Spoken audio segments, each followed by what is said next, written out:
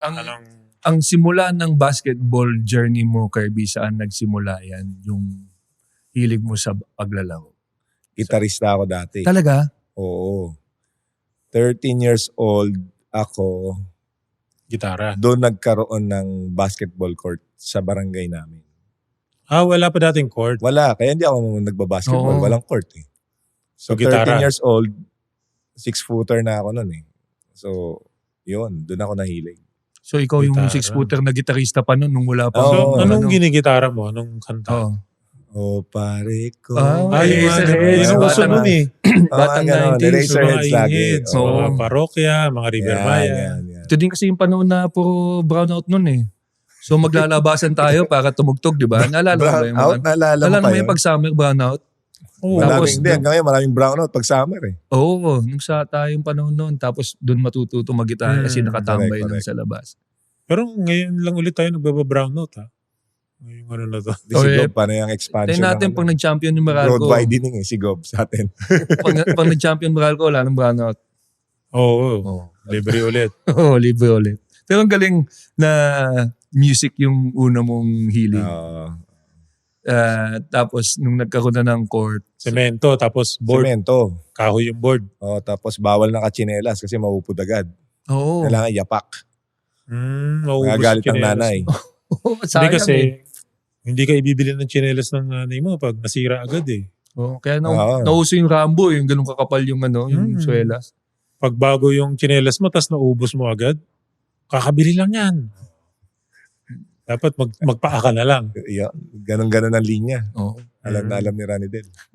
Paa na lang, no? Oo, pa. At least, Oo. nakasave yung tsinelas mo. Dito nga sinusuot yan eh, di ba? Pag naglalaro minsan. Mas makapit pag nakapaa ka. Oo. Nadaliri mo, gumaganon eh, no? Mahirap lang pag sobrang init. Magkakakalyo ka. Hindi, saka masakit sa paa. Pag mainit masyado. Kasi ganun din sa, Hirap amin, sa yapak. semento eh. So nung naglalaro ka first, may court, yung organized na basketball, paano ka nauwi sa yung... Organize. Ano yun eh, Sa nanonood Pambataan, lang ako sa school namin. Nanonood lang ako tapos yung assistant coach ni Allen, ni Coach Louis, si Chris Reyes, siya yung player doon. Tapos ako nanonood, nakaupo lang. Payat ako nun. Sabi ko, tatryout ako next year ha. Paghahandaan ko ha. Sabi mo sa coach mo. Yun sabi mo. Sabi ko sa kanya. Tapos, balik nang uli sa dayo-dayo. Oo. Diba dayo? Mga liga mo na. Hindi, walang liga. Yung dayo na limahan, punta ka sa kabilang bayan, postahan, ganon.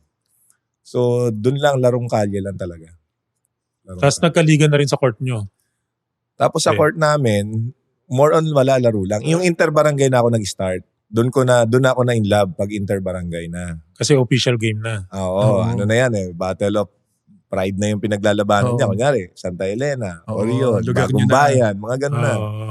Nakakatakot yung minsan yung ganun kasi minsan nagiging violente o nagkakagulo pag... Hindi namin inaabot yun kasi lagi naman kaming out. So nagsisimula talagang... Nagsisimula pa lang tayo noon. Saka bata pa ako noon eh. Ilan taong ka nito? 14 siguro. 14. Pero 6 ano ka na? 6-footer. Pero pagdating yata ng third year high school, parang mga ano na ako noon, 6'4 na. Yun, tumangkad. Fourth year high school, 6'5", 6'6 na. Yun. Nabatak na.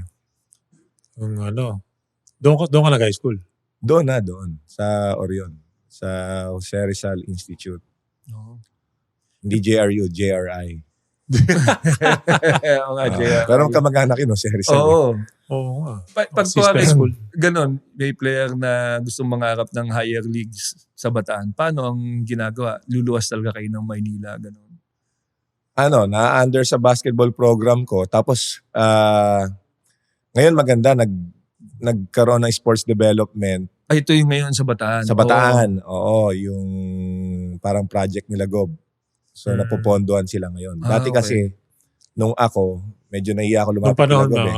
Oo. So, meron akong, katulad sila Raymond Almasan, Christian Balagasa, yung sa Terra Firma. So, nung panahon mo, bago ka mag-Maynila, gano'ng kahirap ang makakuha ng support o makapunta sa higher leagues or makapag-try out?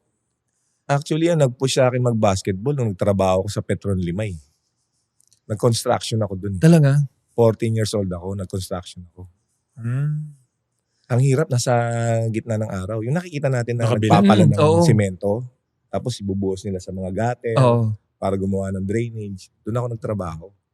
250 a day. Yun ang Dati. trabaho mo, taga-buo-simento, ganyan. Labor ka, Hindi, labor. labor. Magkano ng labor ng 250? Oo. Tapos may ruling sila na once you enter, that yung meron yung shutdown tawag na yung parang contractual ka, minimum 2 weeks, kailangan tapusin mo. First 3 days pa lang, ayoko na eh. Mm. Sayang yung 750. Oo. Diba? So tinuloy-tuloy yun, 2 weeks, kahirap-hirap. Doon ko sinabi sa sarili ko na one day, hindi na ako magtatrabaho ng ganito. Gusto ko ibang buhay. Noong time na yun, nanonood na tayo ng mga mga basketball yan, Hinebra na mga ganyan, Oo. Pure Foods, Alvin Patrimonio, Berhel Meneses na yan, time na yun eh. So parang doon ako na-inspire. And then, syempre, sa Bataan, alam mo to Del hindi ka makakalaro pag wala kang pusta. Kailangan may Oo. pamusta ka. Kailangan Oo. may pamusta ka kasi ang nila, hindi mo siseryosohin. Oo. So kailangan ko magtrabaho kasi hindi naman ako bibigyan ng nanay ko dahil yung nanay ko makadiyos. Oo, Ayaw bawal. na magsusugal ka. Oo, bawal. Oo Oo. nga. So trabaho, construction. Kaya napasubo ako doon 2 weeks.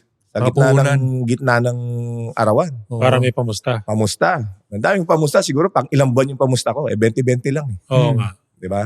O yun. So araw-araw yun. Puro limahan. Dayo sa Wakas. Bagong Bayan. Minsan umabot ko yung Balanga. Pero nilalabanan naman kayo. Oo, kasi mga totoy naman kami. Oo. Kaya lang mas malamang talo pag dumayo kasi lulutuin ka eh. Oo. Oo, gulang yun sa Diba? tawag. Pag Paul. ganun ba may referee o Kayo mga nana. Paul. Oo, Paul, hawakan ka na, hindi ka na makatira. Kasi lugar nila, di ba? Pag umangal ka, di Oo, ulpihan. lugar nila yun diba? eh. Oo nga. Kailangan lamangan mo ng 5 para malayo ball, na, oo. sure ball na. Ayun. Tapos, along the way, yun na, after 1 year, tryout ako. Lumabas ako pa yung parang mas marunong dun sa team namin. Oo. Naka-experience ka ng mga iba laro. yung Kasi puro experience ako mo ng liga. Pati matatanda, nakakalaban ko, Oo, di ba, nga. mga ganon. Di ba, yung matanda, pag rebound ka, gaganunin ka. Oo. Natututo ka nga. Natututo ka ngayon. O di bumax out ka ngayon. Kahit hindi ka walang nagturo sa yung bumax out out ka na lang. Oo. Oo. Kasi pag nakipagtalunan ka, yung mga matatanda, ang galing eh. Pag Magulang. rebound mo ganyan, pipitikin yung kamay mo, sila makakuha rebound. Oo. Di ka na makaangal. Gagalit pa si referee. Wala, dahil walang foul. Totoy ka lang. Oo. Di ba? Oo. O yun, yung mga ganon. So, ibang klase yung training ng kakabarangay. Gulang. Barangay. Oo. Sa gulang na Gulang. No, kumbaga street ball lang ang puhunan mo, ang pundasyon ng laro. Thank you for watching Balyahan with GB and RDO, powered by Sports Plus, the official gaming partner of the Philippine Olympic Committee. Kung nagustuhan mo ang napanood mo, here's some more videos. Huwag mo rin kalimutang mag-like, comment at subscribe para lagi kang first dibs sa bagong videos ng Balyahan.